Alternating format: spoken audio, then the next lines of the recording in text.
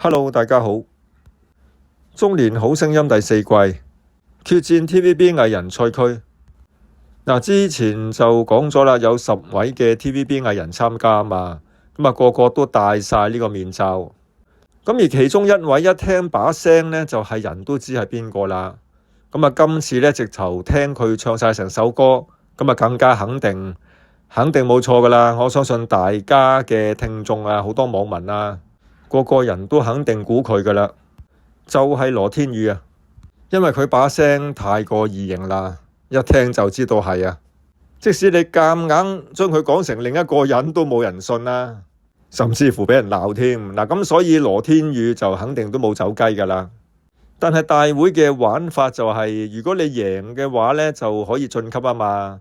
咁就一路上，一路上去啦。而且係唔需要除嗰個面罩嘅，要去到輸嗰刻先至除面罩喎。咁而家就算估到係佢，或者咁講啦，係人都肯定係佢啦。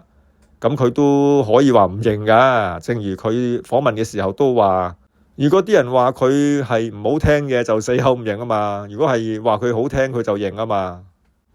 不過點都好啦，佢講笑嘅啫。總言之就佢唔認都冇乜所謂啦。總之大眾都認為佢一定係羅天宇噶啦。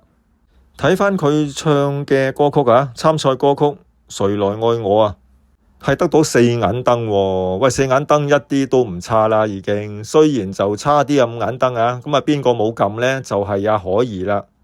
而肥媽喺隔離都串佢喎，話咩啊？佢話都費事話俾阿可怡知喎。佢話如果阿可怡早知你咁樣唞氣嘅話呢，佢話即刻會撳燈喎，即係類似咁嘅意思啊。即係講嚟講去都係講阿羅天宇個胸肌呢都係相當之發達啊。咁仲有邊個讚羅天宇嘅身材呢？就係主持車婉婉啦。話見到佢唱歌嘅時候呢，個胸肌個線條喺度滾動咁啊。同埋亦都形容佢話今次呢個面罩啊，獅子王呢個面罩好襯佢啊。咁都係嘅，因為佢成個造型啊，同佢個身形都係好配襯啊。而今次攞到4眼燈，好多評審都一致讚好啦。我諗嚟緊佢加把勁呢，應該都可以上到，都一路唱上去嘅，成績應該都會幾好嘅。好啦，然之後就去到另一位啊。呢一位就都算犀利啦，唯一一個呢，即刻攞5眼燈啊，直接晉級。邊位呢？呢個就係企鵝人啊。企鵝人佢今次唱 Touch 呢一首歌啊，係真係好聽喎。由佢一開聲唱到成首歌唱到尾啊，都係好好聽啊。直頭係點樣形容佢呢？我覺得係專業水準啊。佢究竟係咪藝人嚟㗎？係咪歌手啊？但係照計，如果估佢係歌手嘅話，咁揾一個歌手嚟參賽，咁其他人咪危乎？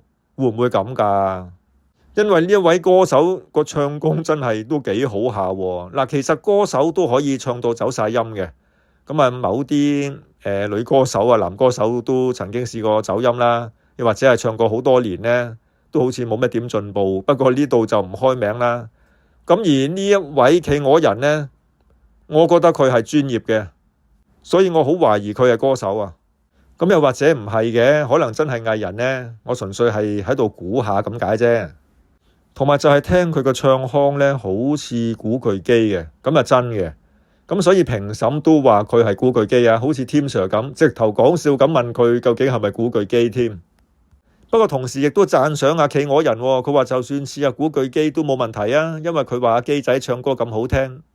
呢一樣嘢我都認同喎，真喎。其實真係企鵝人係唱得好好啊，唔好話周國峰啦，我聽起上嚟都覺得好好聽，好舒服啊。所以攞5眼燈實至名歸啊。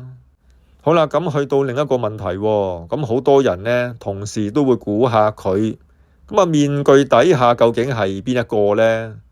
我見到好多人嘅留言呢，有人估係鄭俊弘，有人估係張振朗，亦都有人估佢係周志康喎。咁我就覺得鄭俊弘佢始終畢竟都係歌手啊嘛，應該就比較專業嘅。同埋佢講到經常同屋企人一齊唱歌喎。咁睇嚟佢真係好熱愛唱歌，好鍾意啊！嗱，咁張振朗可能會係佢都唔奇啊。不過就係鄭俊弘，佢身為歌手，應該經常都操曲啊，操好把聲㗎喎。除非佢係懶嘅啫，即係丟低咗唱歌一段時間啦，所以費事練嘅啫。如果佢經常 keep 住唱，其實係唔會退步㗎喎，反而會進步㗎喎。咁相反，張振朗咁佢又要拍戲啊，即係好多工作要做嘅情況底下，有冇咁多時間去練歌呢？嗱，又或者當佢有時間練歌啦，咁即係而家呢，我見網上面最多人講就係一個就係話佢係張振朗，另外呢就係話係鄭俊弘啊，同埋就係亦都有人係話周志康啦。周志康都係歌唱比賽出身嘅，所以都係歌手啊。咁而家最多人呢，就係估係呢三位啦，鄭俊弘、張振朗同埋周志康啊。嗱，咁啊，一於睇下未來日子嚇，可唔可以揭盅啦？嗱，咁而今次呢個賽事呢，有兩位係被淘汰嘅，兩個都係女藝員喎，估唔到喎，真係啊！佢入面得3位女藝員啫嘛，如果冇記錯，一次過淘汰咗2位啦已經。嗱，咁啊，究竟係邊2位呢？就係熊貓寶寶同埋馬騮精啊！嗱，咁就講下熊貓寶寶先啦。嗱，佢就係飾演《愛回家》入面喺劇組嗰度做雜務嘅葉海茵啊。咁佢今年48歲啦，2002年啊參選港姐入行嘅。哇，真係眨下眼，時間都好快啦。入行超過20年啦。嗱，今次佢就雖然輸咗比賽啦，咁佢可能緊張嘅，實係噶啦，一定有緊張啦。就算係歌星啊，臨出台之前喺個後台嗰度都驚到震啦。咁就更何況今次佢係要面對去比賽喎，難免都會失水準噶啦。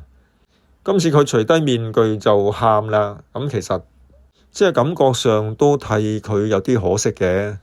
肥媽話佢平時唱歌好聽喎，嗱，不過好明顯今次就真係緊張啦，影響咗平時嘅水準嘅發揮啊。佢話老公好支持佢喎，120% 支持佢啊，不過今次就辜負咗老公嘅支持同埋信心啦。嗱，仲見到臨嬲尾呢，樂小姐親自扶佢添，親自上前安慰啊。咁睇嚟佢同 TVB 嘅關係都非常之好啊。不過講開又講，真係唔到最後一刻除開面具呢，你都估唔到即係戴住面具背後嗰個係邊個嚟嘅。其實邊度咁容易估㗎？有啲聲音呢係容易估嘅，但係有好多你真係哇拗爆頭啊，完全估唔到係佢嚟嘅。咁啊就好似第2位被淘汰嘅就係馬騮精啦。嗰陣時喺腦海入面呢，都諗過好幾位嘅女歌手嘅，點不知原來除低面具竟然就係婉儀啊。咁佢現年就38歲嘅荷蘭出生啊。咁佢都係港姐嚟嘅喎。今次淘汰嗰2位都係因為參加香港小姐而入行嘅。咁婉儀就係參加2006年嘅香港小姐競選。咁而至於頭先嗰位熊貓寶寶葉海茵啊，就係參加2002年香港小姐競選而入行嘅。2位都係參選過港姐啊。嗱，咁而今次馬騮精睇先，佢唱梅艷芳嘅歌喎，烈焰紅唇啊。咁啊，雖然佢今次唱得就一般啦，有好多地方需要改進啦，攞到2眼燈嘅。不過就原來呢，佢以為自己會被淘汰喎，所以一早就準備定嗰啲告別嘅説話。不過就因為佢攞2眼燈啊嘛，咁啊所以冇事啦，走咗入去等候區嗰度。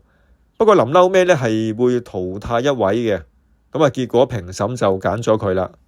咁就連同熊貓寶寶葉海茵啊，佢係即時被淘汰啊嘛，因為得1眼燈啊嘛。咁所以今次10位嘅 TVB 藝人呢，參賽呢就得返8位啦。咁而至於其他嘅，其實亦都好多人喺度估緊啊，例如樹熊公子啊、白眉鷹王啊。咁樹熊公子人哋就覺得可能係黃建東啦，又或者係許文軒啊。我覺得都有機會喎。可能係許文軒都唔奇喎。咁好似仲有白眉鷹王呢，好多人都話係莫家淦啊。呢個有機會啊，但係同時亦都有人估可能係陳展鵬啦，又或者係陳國峰喎。咁呢啲真係要再聽多幾次先啊。咁睇下佢一路再參賽落去，睇下再肯定啲佢係邊幾位先。仲有淘汰咗嗰兩位女參賽者啊，咁仲有一位噶嘛，就係貓女郎啊。佢就唱我本人呢一首歌啊，咁佢把聲就好刻意去聽呢，唔知係咪先入為主，因為自己感覺上佢係邊一位嘛，好似阿 Moon 嘅，不過唔肯定嘅。不過後來佢講嘢嘅時候呢，我覺得佢講嘢嘅說話嗰個語氣就真係似劉佩玥啦，似阿 Moon 啦。不過就亦都有人估佢係陳敏之，又或者係胡定欣喎。但係我覺得佢講說話同埋笑呢，就似阿 Moon 嘅。好啦，仲有邊幾位呢？例如就係嗰隻老虎啦，即係唐伯虎啊。咁戴起老虎面具嗰位呢，就唱愛得太遲。哇！嗰把聲呢，真係好似李國祥啊！哇！我聽到嗰把聲，哇！發生咩事啊？直頭一模一樣嘅，同李國祥，連阿周國峰都話佢把聲似李國祥嘅。因為李國祥嗰把聲係好獨特噶，好異形啊！喺 TVB 藝人入面呢，我諗接近佢把聲嘅就真係得蔡國威啦。我見好多人亦都係估佢啊。呢個機會係相當之大嘅。咁而至於仲有幾位呢，把聲都有啲類似李國祥嘅。不過呢，我覺得藝人上得去中年好聲音嗰度又要戴面具唱歌呢，多數都係揾一啲名氣冇咁大嘅藝人嘅。除非係咁啦，除非呢位藝人本身即使係好多戲拍都好，名氣都有返咁上下啦，但係佢好想唱歌喎，好想轉型喎，咁希望能夠打響頭炮啦，俾人見識下佢唱歌係點啦。咁樣就參加中年好聲音呢，戴住個面具唱歌，咁都可以收到都唔錯嘅宣傳效果啊。起碼多咗人講先啦，多咗話題，咁人氣我諗都會上升唔少啩。咁所以亦都有人估佢係陳山聰啊。不過好似我覺得呢，似蔡國威就多啲嘅。唔緊要啊，之後佢比賽聽多幾集。慢慢先，慢慢嚟，唔使咁急，大把時間估啊！